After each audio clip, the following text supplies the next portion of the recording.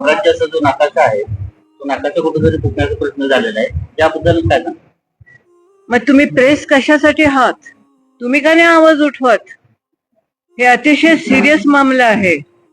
तुम्ही हे उचलून धरायला पाहिजे. का आम्हीच ह्या महाराष्ट्रामध्ये आहोत का? महाराष्ट्राचा नकाशा जिकडे पुसला जातो तर तुम्ही पण एक हिस्सा आहात ना. मग तुमचा आवाज कुठे गेला? का नुसतं हे स्पीकर घेऊन पुढे यायचं आणि प्रश्न विचारायचे?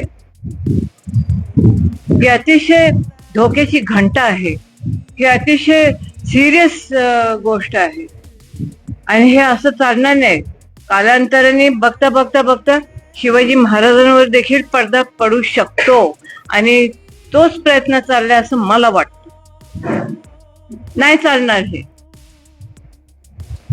शिवाजी महाराज जोपर्यंत ही पृथ्वी आहे, जोपर्यंत सूर्य आणि चंद्र आहे, तोपर्यंत शिवाजी महाराजांचं नाव तेवत राहील आणि सगळ्यांच्या नसानसामध्ये, अंगांगामध्ये, त्यांच्या हृदयामध्ये शिवाजी महाराज जे विराजमान झालेले, त्याला तुम्ही हात लावू शकत नाही.